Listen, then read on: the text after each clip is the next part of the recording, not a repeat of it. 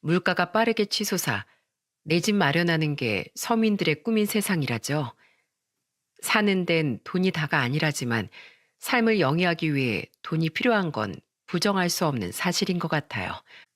아이러니하게도 저는 세상에서 가장 사랑하는 제 딸을 돈에 관련된 치졸하고 복잡한 사건을 통해 만나게 되었어요. 저와 딸의 만남과 지금에 이르기까지 이야기를 지금부터 시작해 보도록 하겠습니다. 저와 남편은 둘 다 가난한 집에서 태어나 3남매 중 첫째였습니다. 불임이었던 남편의 문제로 우리에게 나이가 없었어요. 게다가 지병 때문에 몇 번이나 응급실에 실려갔던 전 결국 일을 그만두고 집에서 부업을 하며 주부로 지내야 했죠. 남편 또한 샤시 공장을 다니며 벌이가 많지 않았기에 우린 형편이 넉넉지 못했어요. 그래도 우린 서로를 의지하며 소소하고 행복한 삶을 이어갔습니다. 남편과 제 결혼을 시작으로 다음엔 시동생이 또다시 2년 뒤엔 막내인 시누이도 결혼을 했습니다. 어부였던 시매부를 따라 시누이는 시골 어촌으로 내려갔고 시동생 부부는 경기도에 저희 집에서 차로 1시간 정도 떨어진 서울에 살고 있었죠. 시부모님과 시누이 그리고 시매부는 좋은 사람들이었던 반면 시동생과 동서는 자기밖에 모르는 이기적인 사람들이었어요. 시동생과 동서는 시댁에 왔다 하면 시댁에 온 살림을 홀라당 들고 갔어요. 라면에 김치에 각종 반찬들부터 시작해서 시아버지의 간식으로 사둔 과자까지 하나도 남김없이 말이죠. 어머님, 아버님, 저희 집 사정 어려운 거 아시죠? 서울에서 전세 대출 이자 내면서 아들, 딸 쌍둥이 키우기가 보통 힘든 게 아니에요. 이해 좀 해주세요. 그러면서도 동서와 시동생은 시부모님께 죄송하다거나 감사하다는 말도 일절 없더군요. 게다가 아이가 없던 전 시조카들을 굉장히 예뻐했는데 그 사실을 잘 알던 동서는 애들을 앞세워 제게 용돈을 받아갔어요. 얘들아, 큰엄마한테 가서 깎아 사 먹게 용돈 주세요 해봐. 그런 거 안 시켜도 내가 우리 조카들 예뻐서 챙겨주려고 했어. 자, 얘들아, 엄마 아빠 말씀 잘 듣고 착하게 커야 한다. 애게 고작 10,000원씩 주세요? 이거 가지고 누구 코에 붙여요? 우리 집 사정 안 좋은 거 뻔히 아는 사람이 왜 그렇게 말해? 싫으면 도로 내놔. 에이, 줬다 뺏는 게 어딨어요. 한 번 주시면 땡이죠. 얘들아, 돈은 엄마가 집에 가서 줄 테니까 엄마한테 맡기고 다음엔 할아버지 할머니한테 인사하고 용돈 받으러 가자. 저와 가족들이 시조카들에게 준 돈은 전부 동서의 주머니로 들어가는 걸 잘 알고 있었지만 저는 아무 말 하지 않고 시조카들에게 용돈을 챙겨줬습니다. 어차피 시조카들을 위해 쓸 돈이라는 걸 알고 있었으니까요. 그렇게 소소하게 욕심을 부리는 건 가족이니 어느 정도 귀엽게 받아줄 수 있었습니다. 하지만 어느 명절날 시동생은 술에 취해 그만 선을 넘고 말았죠. 어머니 아버지, 사는 게 너무 팍팍해요. 자식들한테 집도 하나씩 못 해줄 거면 왜 자식을 셋이나 낳으셨어요? 매번 집주인 눈치 보느라 집에 못 하나도 제대로 못 박는 내 집 없는 서름을 제가 언제까지 겪어야 하냐고요.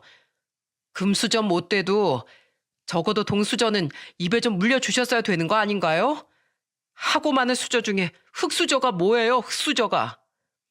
시어머니는 시동생의 말을 듣고 눈물을 흘리시더군요.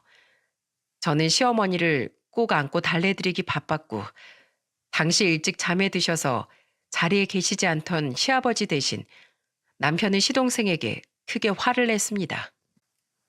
그 입 안 닥쳐? 부모님이 사지육시 멀쩡하게 낳아주고 길러주신 것만으로도 감사할 줄 알아야지. 어따 대고 어머니한테 술주정이야? 네 애들 앞에서 망신당하고 싶지 않으면 찬물 먹고 정신 차려. 한마디만 더 하면 아예 그물 너한테 끼얹어 버릴라니까. 그런데 그렇게 자기 집을 가지고 싶다고 노래 부르던 시동생과 동서는 어느 날 아주 기함할 만한 일을 벌이고 말았습니다. 혜연아, 할머니 할아버지께 인사드려. 시동생과 동서는 대뜸 6살짜리 여자애를 입양했다며 시댁에 데려와 인사를 시키더군요. 자리에 없던 시누이 부부를 제외한 모든 시댁 식구들은 놀라움과 당황스러움을 감추지 못했어요. 시어머니는 시동생 부부에게 입양을 결정한 이유를 물으셨는데 돌아온 동서의 대답에 온 식구들은 더더욱 경악을 금치 못했죠. 먹고 살기 힘들다고 매번 징징대던 애들이 쌍둥이까지 있는 마당에 또 막내를 입양했다고? 도대체 왜? 요샌 아무리 뼈 빠지게 돈 벌고 모아도 절대 부자가 될 수 없는 세상이잖아요. 요즘 세상에서 잘 먹고 잘 살려면 머리를 좀 써야겠더라고요. 전공법으론 절대 서울에 내 집 하나 건사 못하니까요. 다들 요새 청약테크라고 불릴 만큼 아파트 청약이 떼돈 버는 길인 거 아시죠? 근데 괜찮은 매물은 당첨되기가 하늘의 별 따기더라고요. 그래서 좀 알아보다가 제가 아주 기가 막힌 방법을 찾았다니까요. 일반 청약보다 경쟁률이 훨씬 낮은 청약 특별 공급 중에 애 셋 이상인 다자녀 가구를 대상으로 나오는 물량이 있는데 우린 애가 둘이잖아요. 그래서 애를 입양해서 머릿수를 딱 맞춘 거예요. 뭐? 너희들 제정신니? 그런 일로 무책임하게 애를 입양했다고? 그래, 동서. 아무리 생각해도 이건 아닌 것 같아. 애가 무슨 물건도 아니고 지금 이게 무슨 짓이야? 부정적인 방법으로 청약을 노리는 사람들이 있다곤 들었지만 실제로 그런 사람을 보는 건 처음이었어요. 게다가 주소지를 옮긴다거나 하는 방법도 아닌 한 생명의 인생을 고작 그런 이유로 좌지우지했다니 제 머리론 도저히 이해가 가지 않았습니다. 시부모님과 우리 부부는 말도 안 되는 일이라며 시동생과 동서를 나무라기 시작했는데 오히려 시동생과 동서는 뻔뻔하게 더 큰 목소리로 소리치더군요. 오히려 우리가 고아인 얘를 구제해 준 거죠. 우린 얘 덕보고 얘는 가족이 생기고 서로 윈윈이잖아요. 어머니랑 아버지는 우리 집 사는데 10원 한 장 보태주실 능력도 안 되면서 우릴 격려해주지 못할 망정 왜 우릴 비난하세요? 이유야 어찌됐든 애한테 잘해주기만 하면 되는 거 아니에요? 다들 그렇게 손 놓고 멍청하게만 사니까 가난하게 사는 거라고요. 두고 보세요. 우린 꼭 떵떵거리면서 살 테니까. 낯선 어른들의 고성이 오가는 모습을 보며 그 애는 혼자서 덜덜 떨고 있더군요. 그 모습이 너무 안쓰러웠던 저는 아이 옆에 쪼그려 앉아 아이를 안심시켜주려 노력했죠. 괜찮아. 무서워하지 않아도 돼. 너무 무서우면 손 잡아줄까? 제 말에 아이는 잠시 머뭇대더니 작고 고사리 같은 손을 제 손바닥 위에 올리더군요. 작은 손을 꼭 잡는데 뭐라고 말할 수 없는 감정이 뱃속에서 뭉클거리더라고요. 끝내 시동생과 동서는 아이의 입양을 무르지 않겠다며 아이를 데리고 집으로 돌아갔습니다. 동서의 손을 꼭 붙잡고 차에 타던 아이의 뒷모습을 보며 기왕 벌어진 일이니 부디 시동생과 동서가 그 애를 자식들과 차별 없이 키워주길 간절히 바라보았죠. 그리고 놀랍게도 애를 입양한 지 몇 개월이 지났을 때 동서네는 정말로 아파트 청약에 당첨이 되더군요. 시댁 모임 날 동서는 하루 종일 호들갑을 떨었어요. 역시 그때 애를 입양했던 건 신의 한 수였다니까요. 요즘 집값 오르는 추세를 보면 적어도 좋게 1억은 오를 테니 우리 완전 땡 잡았다고요. 작은 오빠도 작은 새언니도 참 대단하네요. 애한텐 잘해주고 있나 몰라요. 나중에 아이 이야기를 전해 듣고 기겁을 했던 시누이는 탐탁지 않은 목소리로 제게 귓속말을 했습니다. 시누이의 말을 듣고 저는 그 애를 바라봤는데 그 애는 쌍둥이 언니 오빠와 전혀 어울리질 못하고 겉돌고 있더군요. 저리 가. 너 자꾸 우리 노는데 끼지 말라고 했지? 고아 주제. 그 애를 밀쳐내는 시조카의 말을 들으니 평소 그 애가 어떻게 지냈을지가 머릿속에 그려지더라고요. 그 모습을 본 저는 애가 너무 안쓰러워 시조카를 나무랐죠.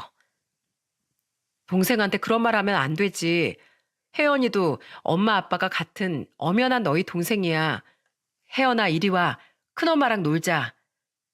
저는 아이를 마당으로 데리고 나와 텃밭에 있는 채소와 식물들도 보여주고 함께 마을 산책도 하며 놀아주었습니다. 아이는 처음엔 어색한 듯 제 손을 잡고 주변을 두리번대더니 이내 긴장이 풀리며 신이 나서 이리저리 뛰어다녔어요. 큰엄마, 저기 강아지 있어요. 멍멍아, 멍멍해봐. 멍멍이도 큰엄마처럼 혜연이가 좋은가 보다. 그지? 큰엄만 제가 좋아요? 저희 엄마 아빠랑 오빠랑 언니는 절 별로 안 좋아하는 것 같아요. 가족 이야기를 하며 다시 힘이 없어지는 아이가 너무 안쓰러워 저는 집으로 돌아오기 전 동서를 불러 조용히 이야기했어요. 동서, 집도 집이지만 혜연이 잘 보살펴주고 있는 거 맞지? 애가 자기 언니 오빠랑 잘 어울리지도 못하고 가족들이 자기를 별로 안 좋아한다고 생각하는 것 같아서 마음이 영 안 좋네.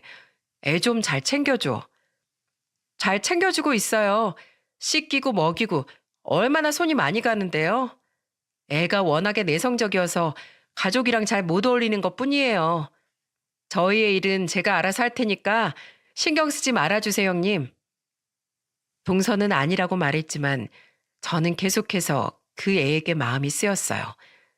그래서 가족 모임 때마다 저는 다른 시조카들보다 유별나게 그 애를 챙겨주었는데 그 애 또한 저에게 마음을 열었는지 저만 보면 제 옆에만 꼭 붙어 있더라고요. 저는 그렇게 그 애와 차츰 정이 들어갔죠. 그러던 어느 날 볼 일이 있어 서울에 갔던 전 그 아이 생각이 나서 시동생의 집에 들르게 되었습니다. 그리고 그곳에서 전 가슴 아픈 장면을 목격하고 말았어요. 각자 자기 방에 있던 동서의 아이들과 달리 그 애는 거실에서 이불을 깔고 생활을 하고 있더군요.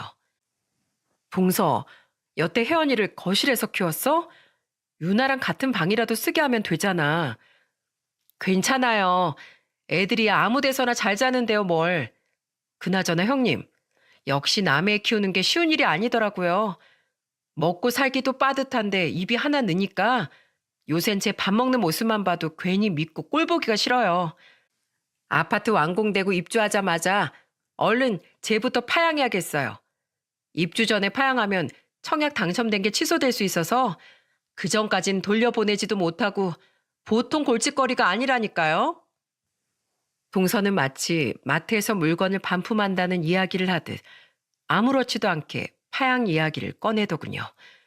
그것도 뻔히 아이가 듣는 앞에서 말이죠. 이런 이야기를 처음 듣는 일이 아닌 듯 아이는 눈물을 글썽이며 고개를 푹 숙이고 있었습니다. 저는 잔뜩 화가 나서 동서에게 소리쳤어요. 동서, 정말 사람이 왜 그렇게 못돼 먹었어?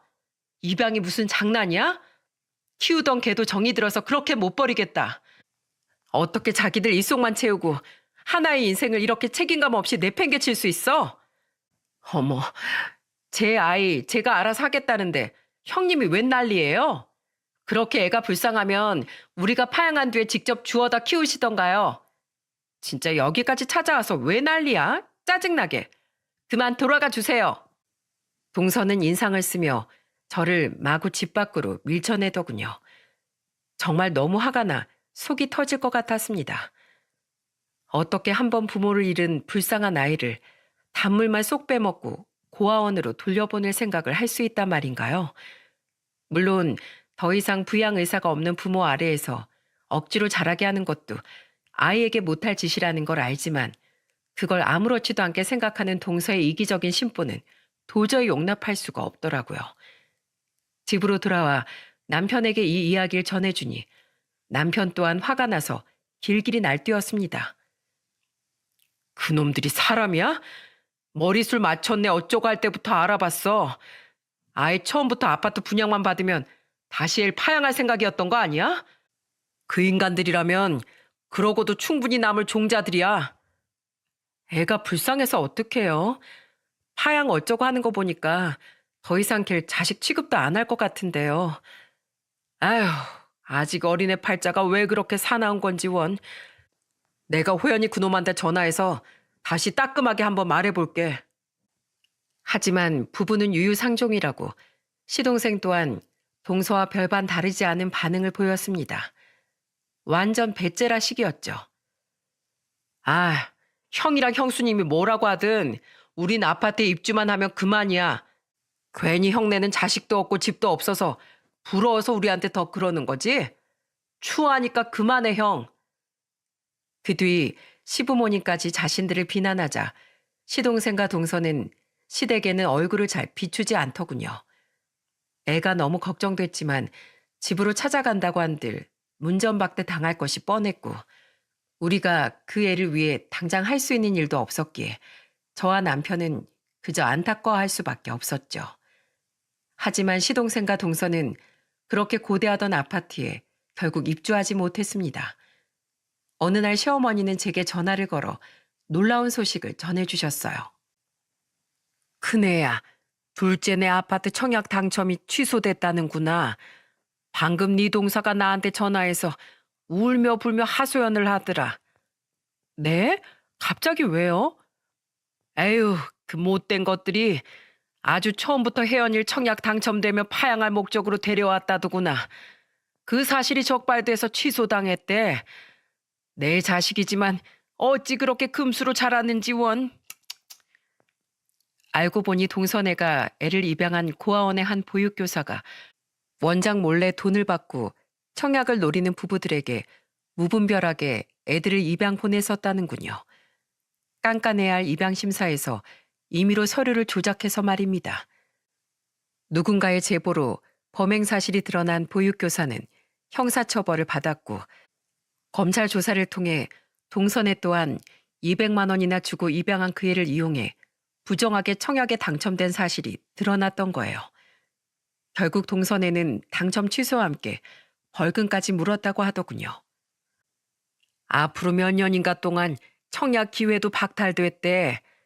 이게 다 고아인 혜연이한테 제 소원 붙어서 생긴 일이라면서 네 동서가 아주 길길이 날뛰고 난리도 아니다 지금. 그 화풀이를 그 어린 것에게 하진 않을까 걱정이구나. 시어머니의 말을 듣고 저는 그 애가 걱정이 됐어요. 애를 파양도 못해서 골치라던 동서의 말이 자꾸만 머릿속에 맴돌았죠. 저는 외투를 챙겨 입고 무작정 시동생의 집으로 향했습니다. 설마 그 인간들이 시어머니의 말처럼 아이에게 화풀이를 하고 있진 않을까 싶어 가는 내내 가슴이 마구 쿵쾅대더군요. 그리고 시동생의 집 앞에 도착한 전 눈앞의 광경에 왈칵 눈물이 차오르고 말았습니다. 혜연아, 왜 여기 나와 있어? 그 애는 그 추위에 겉옷도 걸치지 못한 채로 집 문 옆에서 오들오들 떨고 있었어요. 크게 놀란 전 얼른 입고 있던 외투를 벗어 아이의 등에 들러주며 아이를 살폈죠. 아이는 저를 보더니 울음을 터뜨리며 제게 안겼습니다. 큰엄마, 엄마가 집에 못 들어가게 해요. 저한테 막 물건들을 던지다가 꼴도 보기 싫으니까 앞으로 저 알아서 혼자 살래요. 큰엄마, 저 다시 고아원으로 돌아가야 돼요? 저 가기 싫어요. 엄마 아빠도 무섭지만 원장님도 너무 무섭단 말이에요. 아이는 거의 숨이 넘어갈 듯 꺽꺽대며 울더군요. 어찌나 서럽게 울던지 아이를 달래던 저까지 울음이 터져 저는 눈물을 흘리며 아이를 달랬습니다. 울지 마, 혜연아. 큰엄마가 왔으니까 이젠 다 괜찮아. 이 불쌍한 거. 우선 추우니까 큰엄마 집으로 가자. 저는 몸이 잔뜩 차가워진 아이를 끌어안고 택시를 잡아 집으로 데려왔습니다. 택시를 타기엔 먼 거리라 택시비가 어마어마하게 나왔지만 당시엔 어떻게든 빨리 오들오들 떠는 아이를 따뜻한 집으로 데려와야겠다는 생각뿐이었죠. 울다 지친 아이를 씻기고 달랜 저는 혹시 몰라 아이에게 감기약을 먹이곤 아이를 안방 침대에 재웠어요. 그리고 아이가 잠들자마자 동서에게 전화해 입에 거품을 물고 난리를 쳤습니다. 동서, 정말 미쳤어? 이 겨울에 애를 맨몸으로 집 밖에 내쫓으면 어쩌자는 거야? 밖에 얼마나 오래 있었는지 아무리 애 몸을 녹여도 한기가 안 가시더라. 청약이 물 건너갔으니 이젠 애가 어떻게 되든 상관없다 이거야? 애 보낼 때 보내더라도 애를 이렇게 막대하면 안 되지. 내가 안 가서 애한테 정말 큰일이라도 생기면 어쩔 뻔했어? 진짜 지겨워 죽겠네요. 그래서 뭐 어쩌라고요? 제가 남의 집 일에 제발 신경 끄라고 계속 말하지 않았던가요? 형님이 뭐라고 하던 우린 걔 파양할 거니까 형님이 그렇게 싸고 도는 걔를 데려다 키우던가 말던가 알아서 하세요. 진짜 재수없게 혼자 더럽게 착한 척이야. 퇴근 후 아이를 데려온 자초지종을 들은 남편은 크게 분노하며 그 저녁에 시동생의 집으로 달려가더군요. 그리고 한참 뒤 집으로 돌아온 남편은 잔뜩 상기된 얼굴로 제게 이렇게 말했죠. 개자식, 내가 그런 놈 형이라는 게 창피해서 견딜 수가 없어. 내가 재수 씨한테 어떻게 애한테 그런 짓을 할 수 있냐고 따졌더니 호연이 그놈이 나한테 대들더라. 자기 아내가 뭘 잘못했냐면서 말이야. 까놓고 말해서 자기가 자선 사업가도 아닌데 더 이상 득볼 것도 없는 마당에 왜 그 애를 먹여주고 재워줘야 하니? 어차피 쫓아낼 거 하루라도 빨리 쫓아내야 밥값이라도 아끼지 않겠냐는데 어떻게 인두껍을 쓰고 그런 생각을 할 수가 있어? 아직 8살밖에 안 된 저 앤 무슨 죄냔 말이야. 너무 화가 나서 나는 더 이상 널 안 보겠다고 말하고 나와버렸어. 아, 정말 돈이 무섭다 무서워. 얘는 또 어떻게 해야 하나? 남편과 저는 잠든 아이의 얼굴을 물끄러미 내려다보았습니다. 퉁퉁 부은 눈을 감고 새근새근 숨을 고르는 아이를 보고 있자니 측은지심이 들기도 하고 뭐라 형언할 수 없는 뭉클함이 느껴지기도 하더군요. 저는 거실로 남편을 불러 조심스럽게 이야기를 꺼냈죠. 혜연이 그냥 우리가 데려다 키우면 안 될까요? 물론 우리 사정이 썩 좋은 편은 아니라서 나도 고민 많이 했어요. 근데 그동안 내가 혜연이한테 정이 많이 들었나 봐요. 저 가여운 애를 다시 고아원으로 돌려보낼 생각을 하니 도저히 내키지가 않네요. 우리 아이도 많이 갖고 싶어 했잖아요. 혜연이 우리가 마음으로 낳은 아이라고 생각하고 우리 딸로 키워요. 네? 그래. 나도 가뜩이나 크게 상처받았을 이 어린애를 차마 고아원으로 못 돌려보내겠다. 돌고 돌아서 우리 품에 들어온 걸 보면 혜연이랑 우리 인연이 보통은 아닌 거겠지. 이후 우린 그 애를 데려오기 위해 생각보다 복잡한 과정을 거쳐야 했습니다. 생각보다 파양이라는 것이 마음대로 할 수 있는 일이 아니더군요. 단순 변신 같은 걸 이유로 입양아를 파양하는 일은 불가능했기에 우린 시동생과 동서의 호적에서 아이를 빼내오기 위해 재판을 불사해야 했어요. 시동생과 동서 또한 마음대로 파양이 되지 않던 차에 잘 됐다 싶었는지 순순히 우리에게 협조를 하더군요. 우리는 시동생과 동서가 부정 청약을 위해 아이를 입양한 사실을 내세워 파양 허가를 이끌어낼 수 있었고 이후 입양 과정을 거친 후에야 비로소 아이의 부모가 될 수 있었습니다. 시동생과 동서는 마지막까지 우리에게 이렇게 이죽댔죠. 흥, 아주 성인 군자들 납셨네요. 기껏 고아 하나가 뭐라고. 아무튼 뭐 우리한테서 혹 하나 떼어준 건 고맙게 생각할게요.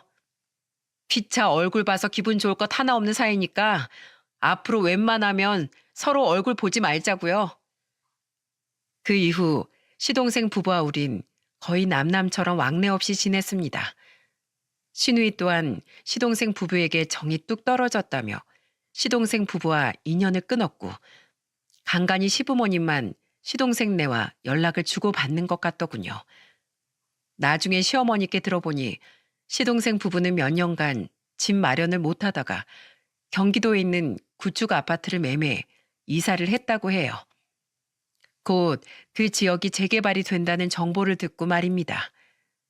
하지만 이사를 가자마자 재개발은 무산이 되었고 그 뒤 집값은 전보다 더 하락되어 시동생 부부는 그 집을 팔지도 못하고 울며 겨자 먹기로 그 집에서 지내고 있다고 합니다. 그렇게 찝찝거리면서 집 때문에 어린애 가슴에 상처까지 내더니 참 꼴 좋게 됐다고 생각했죠. 저와 남편은 어려운 형편에도 굴하지 않고 최선을 다해 딸을 키웠습니다. 딸의 아픈 사정을 잘 알고 있던 저희 부모님과 시부모님은 저희 딸에게 굉장히 잘해주셨어요. 평생 눈치를 보며 산 탓에 항상 움츠러들어 있던 딸은 매일같이 사랑을 듬뿍 받으며 지내니 날이 갈수록 성격이 밝아지더군요. 엄마, 아빠, 이거 보세요. 저 또 100점 맞았어요. 아이고, 우리 혜연이 누구 닮아서 이렇게 똑똑해? 우리 딸, 누구 딸? 엄마 딸. 혜연이 너 엄마만 좋아하고 아빠 딸을 안 할 거야? 아빠 서운해서 울 거야. 에이, 내가 아빠 세상에서 제일 사랑하는 거 알면서. 엄마 아빠 사랑해요. 딸은 제대로 처음 받아보는 부모의 사랑이 너무 좋았는지 저와 남편밖에 모르는 착하고 순한 아이로 자랐습니다. 게다가 얼마나 똑똑하고 야무진지 친구도 많고 반에서도 항상 1등을 도맡아 하더군요. 하지만 아무리 밝은 모습을 되찾았어도 어린 시절 받은 마음의 상처는 오래도록 딸의 가슴에 남아 있었습니다. 딸이 10살이던 어느 날 딸이 친구와 크게 다툰 일로 제가 학교에 불려가 담임 선생님과 상담을 한 적이 있었어요. 집으로 돌아온 전 딸을 불러 친구와 왜 싸웠는지 자초지종을 들어보려고 했는데 잔뜩 위축이 되어 있던 딸은 대뜸 눈물을 흘리며 제게 이러더군요.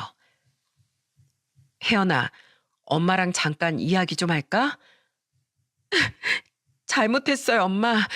다신 친구랑 안 싸우고 엄마 속도 안 섞일게요. 제발 저 버리지만 말아주세요. 뭐? 아니, 그게 무슨 소리야? 엄마는 그저 왜 친구랑 싸웠는지 물어보려고 한 거야. 걔가 먼저 제 리코더 가져가서 안 돌려줬단 말이에요. 걔가 좋아하는 남자애가 절 좋아해서 걔가 맨날 절 못 살게 굴었어요. 그래서 그동안 참다가 오늘은 못 참고 싸웠던 거예요. 잘했어. 억울한 일을 당하면 꼭 참지 않아도 괜찮아. 그렇다고 네가 그 애한테 주먹질을 한 것도 아니잖니. 우리 혜연이 점잖고 착하게 잘 대처했어. 억울할 땐 할 말은 해야지. 혜연아, 설사 혜연이 네가 잘못을 한다고 한들 이 엄만 절대 널 버리지 않아. 여기가 바로 혜연이 네 집인데 엄마가 널 어디로 보내겠어. 네가 잘못하면 엄마는 널 가르치기 위해 혼을 내줄 거야. 잘하면 칭찬을 해주겠지?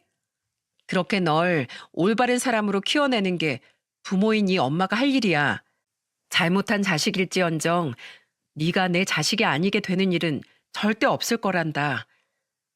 딸은 버려지는 일에 대해 엄청난 트라우마가 생겨 있었더라고요. 2번이나 부모를 잃은 셈이니 그럴 만도 했죠. 많이 겁을 먹었는지 제 말을 들은 딸은 제게 안겨 엉엉 울더군요. 그 뒤로 저는 딸에게 안정감을 심어주기 위해 남편과 끝도 없이 노력했고 없는 사정에도 돈을 어떻게든 쪼개 딸을 아동심리상담센터에 보냈어요. 덕분에 딸은 해가 지날수록 안정을 되찾았고 중학교에 들어갈 무렵엔 더 이상 상담센터를 다니지 않을 만큼 정신적으로 건강해졌죠. 그런데 딸이 중학교 3학년이었던 해의 어느 주말 우리 집에 상상도 못할 손님 한 사람이 찾아왔습니다. 안녕하세요. 여기가 박태수 씨 댁이죠? 혹시 따님분 이름이 박혜연이 맞으실까요? 네, 그런데요. 누구세요? 엄마, 누구 왔어요? 남편과 딸이 다 같이 거실에서 TV를 보고 있는데 웬 남자 한 명이 저희 집 초인종을 누르더군요. 남자는 저희 남편의 집이 맞냐며 저희 딸을 찾더니 제 뒤를 따라 고개를 내민 딸을 보곤 대뜸 눈시울을 붉히더라고요. 대체 누구시길래 갑자기 우시는 거예요? 네가 혜연이구나. 인사가 늦었습니다. 저 혜연이 생부되는 사람입니다. 전혀 예상 못한 남자의 정체에 저는 너무 놀라 입을 다물지 못했어요. 다시 퍼뜩 정신을 차린 전 우선 남자를 집 안으로 들였죠. 딸은 알 수 없는 표정으로 자신의 생부라는 그 남자를 바라보고 있었고 남편은 경계심 어린 눈으로 그 남자를 관찰하고 있었습니다. 그렇게 우리의 시선을 한 몸에 받은 그 남자는 이제야 딸을 찾아오게 된 사정을 털어놓더군요. 갑자기 왜 이제 와서 우리 애를 찾아온 거예요? 여태껏 아무런 소식도 없었으면서요. 죄송합니다. 사실 전 혜연이가 고아원에서 자랐을 거라곤 상상도 못했어요. 혜연이가 돌이 지나고 얼마 안 돼서 전 아내와 성격 차이로 이혼을 했어요. 가난하고 부모도 없던 저를 부동산 졸부였던 처가에선 굉장히 무시했었는데 나중엔 아내까지 절 무시했거든요. 저는 딸을 부양할 능력조차 없었기에 혜연이를 애 엄마에게 맡길 수밖에 없었죠. 그 뒤로 저는 어떻게든 성공하겠다는 일념 하나로 일본으로 이민을 갔습니다. 그곳에 살던 대학 친구가 도움을 줬거든요. 저는 그곳에서 운 좋게도 좋은 기회를 얻어 어렵게 사업을 성공시킬 수 있었어요. 한국에선 인정받지 못하던 제 기술을 일본의 한 투자자가 알아봐 줬거든요. 특허를 내고 작게 시작한 사업이 좋은 사람들을 만나면서 운 좋게 잘 풀린 거죠. 그동안 전 전처와 처가와는 일절 연락을 하지 않았어요. 결혼 생활 내내 정말 신물이 나도록 당해서 두 번 다신 그 낯짝들을 보고 싶지 않았거든요. 하지만 일본에 있는 내내 전처에게 두고 온 딸이 눈에 가시처럼 밟혀서 너무 괴로웠습니다. 그래서 어떻게든 빨리 성공해서 능력을 키워 전처에게서 딸을 데려오려고 정말 열심히 살았어요. 아니, 데려오진 못하더라도 딸 앞에 당당한 아빠로서 나타나고 싶었죠.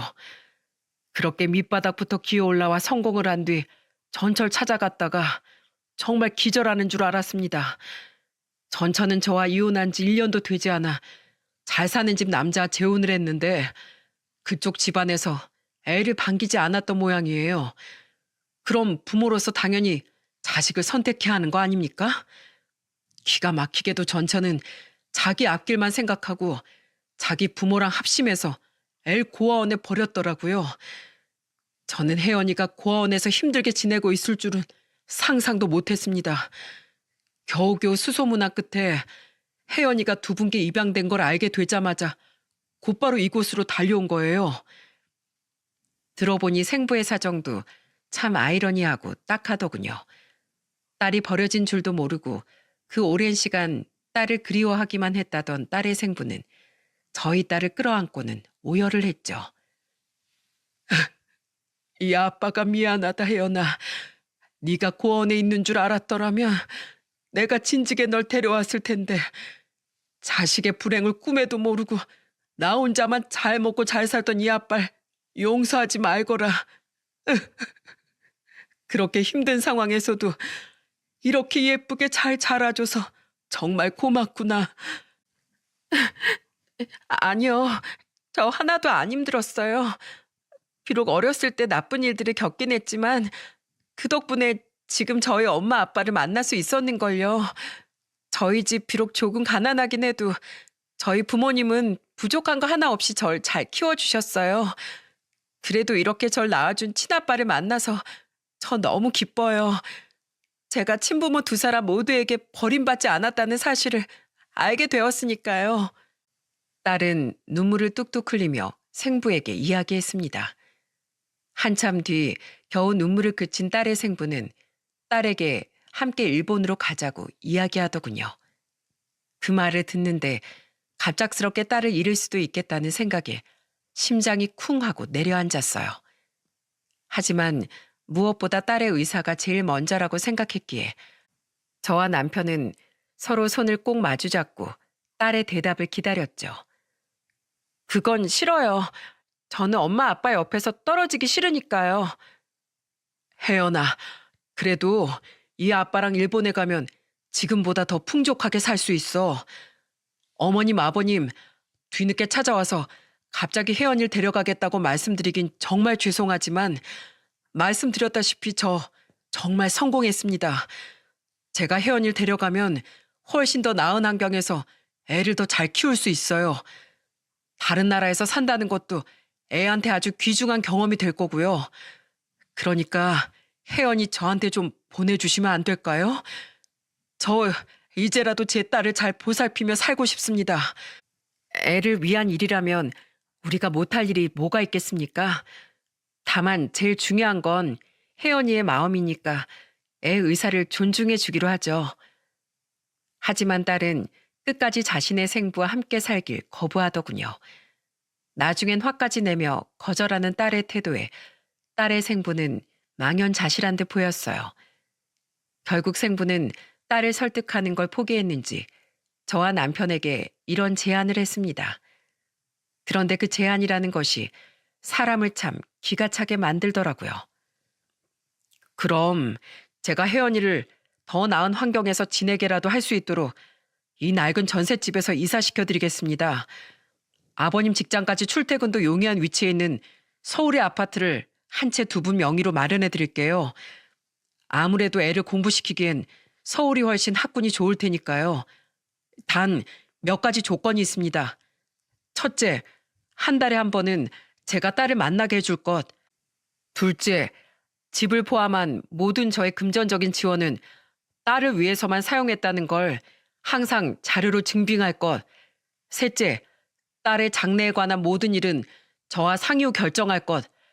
이렇게 세 가지만 지켜주신다면 제가 당장 내일이라도 집을 얻어드릴게요. 저기요, 지금 우리 부모님한테 엄청 무리하고 있는 거 아세요?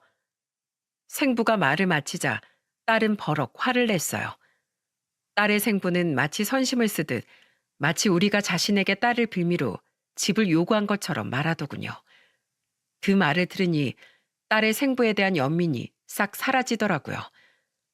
우리가 딸을 어떤 마음으로 얼마나 귀하게 키웠는데 이런 대접을 받아야 하나 싶어서 화가 났습니다. 우리가 돈 때문에 혜연이를 키운 것도 아니고 지금껏 좋은 집 없어도 우리 세 식구 잘 살았습니다. 그렇게 비굴하게 들어가야 하는 집 따윈 우린 필요 없어요. 애가 원한다면 한 달에 한 번이든 일주일에 한 번이든 언제든지 만나세요. 근데 평생 애랑 살지도 않던 사람에게 생부란 이유로 사사건건 아이에 대해 상의하고 보고하고 싶진 않네요. 대체 사람을 뭘로 보고 저딴 것들을 조건이란 이름으로 내건답니까? 돈 때문에 전 처가에서 무시당했다더니 지금 그쪽도 돈으로 우리에게 갑질하는 거 아닙니까? 혜연이 부모로서 너무 기분 나쁘네요. 이만 돌아가세요. 딸의 생부는 단호한 제 말에 당황한 표정이더군요. 저만큼 남편 또한 잔뜩 화가 났는지 남편은 그런 생부를 집 밖으로 내쫓았습니다. 그 남자는 다급히 자신의 명함을 딸에게 건네고는 맥없이 남편에게 쫓겨나고 말았죠. 뭐 저런 사람이 다 있어? 엄마 아빠 누가 뭐래도 난 엄마 아빠 편이니까 기분 상하지 마요. 너무도 불쾌했건만 저와 남편보다 더 크게 화를 내던 딸을 보며 우리는 마음이 조금 풀릴 수밖에 없었어요. 딸은 우리를 무시하는 저딴 친아빠는 필요 없다고 말했지만 어떻게 그러겠습니까? 아무리 우리에게 무리하게 굴었어도 엄연한 아이의 생부이니 앞으로 아이와 어떻게 만남을 가질 건지 우리와 어떻게 교류할 생각인지 물어는 봐야 할 것 같아 저는 몇 날 며칠을 딸의 생부의 명함을 들고 고민을 했죠. 선뜻 연락하기엔 마지막이 좋지 않았기에 망설여졌거든요. 그런데 처음 저희 집을 다녀간 지 며칠 뒤 남편이 직장을 가고 딸은 학교에 간 시간에 딸의 생부가 먼저 다시 저희 집을 찾아왔더군요. 그리곤 저희 집에 들어오자마자 딸의 생부는 굳은 표정의 제 앞에 대뜸 무릎을 꿇더라고요. 왜 이러세요? 저번에 만나자마자 우시더니 만날 때마다 참 사람을 놀래키시네요. 죄송합니다, 혜연이 어머님. 제 생각이 짧았습니다. 두 분이 얼마나 제 딸을 진심으로 키우셨는지 지난 며칠간 사람을 통해 조사를 해서 알게 됐어요. 그전엔 그저 두 분이 한번 파양된 혜연이를 입양했다는 사실만 확인하고 이 집으로 달려왔었거든요. 그래서 두 분이 어떤 분들인지 제대로 알지 못했기에 딸이 걱정되는 마음에 그만 제가 섣불리 무례를 범했습니다. 요즘 돈 앞에선 부모고 자식이고 없는 세상이니 돈에 혹해서 제 딸을 빌미로 두 분이 당연한 듯 저에게 돈을 요구할지도 모른다고 생각했어요. 정말 죄송합니다. 타지에서 사업을 하며 별의 별일을 다 겪다 보니 제가 의심이 너무 많아졌어요. 이젠 두 분이 절대 그러지 않을 분들임을 잘 압니다. 그러니 제가 말한 조건들은 전부 듣지 않은 것으로 생각해 주세요. 두 분께서 원치 않는다면 앞으로 제 딸 앞에 나타나지도 않을 테니 부디 제 딸을 더 나은 환경에서 자랄 수 있게, 그리고 제가 두 분께 고마움을 전할 수 있게 제발 제 마음만은 받아주세요. 제가 이미 좋은 아파트를 봐두었습니다. 제발 부탁드립니다. 자식이 잘 되길 바라는 건 모든 부모의 공통된 마음이 아니겠습니까? 다시 한번 무례를 범해서 정말 죄송합니다. 딸의 생부는 한참 동안 고개를 들지 못했어요. 구구절절 진심 어린 사과를 들으니 그나마 남아있던 불쾌함도 사르르 녹아내리더군요. 저는 여전히 무릎 꿇고 있는 딸의 생부를 일으킨 후 사과를 받아들이겠다고 이야기했죠. 이해합니다. 자식을 위해서라면 어떻게든 돌변할 수 있는 게 바로 부모 아니겠어요? 저와 남편은 딸을 위한 딸의 생부의 마음을 받아들여 아파트를 받기로 했습니다. 우리는 얼마 뒤 곧바로 딸의 생부가 마련해준 아파트로 이사를 했죠. 결혼 후 처음으로 갖게 된 자가를 보니 두근거리는 마음은 어쩌지 못하겠더라고요. 딸은 그 뒤로도 한동안 자신의 생부에게 삐져 있었는데 어떻게든 딸의 마음을 풀고 딸에게 다가가려는 생부의 갖은 노력에 딸은 결국 마음을 열게 되었습니다. 딸을 만나러 올 때마다 잔뜩 상기된 표정의 생부를 보니 자식을 대하는 아빠의 마음이 제게까지 전해져 참 마음이 뭉클해지더군요. 그런데 이사를 한 지 얼마 되지 않아 웬 불청객 한 명이 저에게 전화를 걸었더군요. 잘 지내셨어요, 형님? 그 사람은 바로 저희 딸을 파양한 후 인연을 끊고 살던 동서였습니다. 그 사이 번호를 바꾼 건지 동서는 모르는 번호로 제게 전화를 걸었더라고요. 저는 떨떠름한 목소리로 동서에게 왜 전화를 했냐고 물었는데 돌아온 동서의 대답에 저는 처음으로 사람에 대한 엄청난 혐오감을 느낄 수 있었어요. 형님, 혜연이 생부가 찾아와서 선물이라고 서울의 신축 아파트를 사줬다면서요? 어머님이 말씀해 주셨어요. 어머님은 저 좀 반성하라는 의미로 말씀해 주신 것 같은데 그 말 들으니까 그때 걔를 내쫓은 게 후회가 되긴 하더라고요. 아휴, 이럴 줄 알았으면 좀 귀찮아도 그냥 데리고 있을 걸 말이에요. 아무튼 형님, 어머니께 제 남편 사업하다 잘못돼서 요새 집에만 있다는 얘기 들으셨죠? 게다가 저도 얼마 전에 회사 사정이 어려워져서 권고사직 당했어요. 먹고 살기 힘들다고요. 그래서 말인데 전집 전세금 뺀 돈 가지고 계시죠? 그거 저희 좀 주세요. 따지고 보면 형님하고 아주버님은 우리 덕분에 혜연이 만나게 된 거잖아요. 그럼 그 집에 당연히 우리 목도 있는 거 아니겠어요? 저희한테 은혜 갚으셔야죠. 사람은 안 변하는 법이라더니 동서는 여전히 아나무인에 돈밖에 모르는 인간이더군요. 매몰차게 쫓아내버린 애를 빌미로 아직까지 우리에게 돈을 뜯으려 드는 동서의 막장 같은 태도에 화가 난 전 동서가 대꾸할 틈도 없이 할 말을 다다다 쏘아붙이곤 전화를 거칠게 끊어버렸습니다. 은혜 같은 소리 하네. 동서, 한국말 몰라? 우리가 동서에게 갚아야 할 건 은혜가 아니라 우리 딸 가슴에 피멍 맺히게 한 죄에 대한 원수고 복수야. 동서, 아직까지 그 낡은 아파트에서 이사도 못 나가고 살고 있다며? 참 자업자득이다. 그렇게 돈이 좋으면 자격증을 따던지 부동산 공부를 하던지 해서 정정당당하게 돈 벌어. 엄한 애를 입양했다 파양하는 천벌받을 짓이나 그 애를 빌미로 허무맹랑한 돈을 뜯어낼 생각만 하지 말고. 그러니까 너희들 인생이 아직까지 그 모양 그 꼴인 거야. 또다시 그 입에서 우리 딸 이름 들먹이면서 나한테 연락했단 봐. 그땐 자식을 모욕당한 부모가 눈깔이 얼마만큼 돌 수 있는지 두 눈으로 제대로 확인할 수 있을 테니까. 제발 언젠간 우리 딸한테 한 몹쓸 짓 다른 사람한테 그대로 돌려받길 바래. 내 전화기 썩으니까 두 번 다신 나한테 전화하지 마. 참 마지막까지 기분 더러운 인간이었어요. 그날 일을 남편에게 전해주니 남편은 아주 속 시원하게 잘 말했다고 저를 칭찬해 주더라고요. 그런 것들은 언젠간 제대로 임자 만나 호되게 당해봐야 정신 차릴 거라면서 말입니다.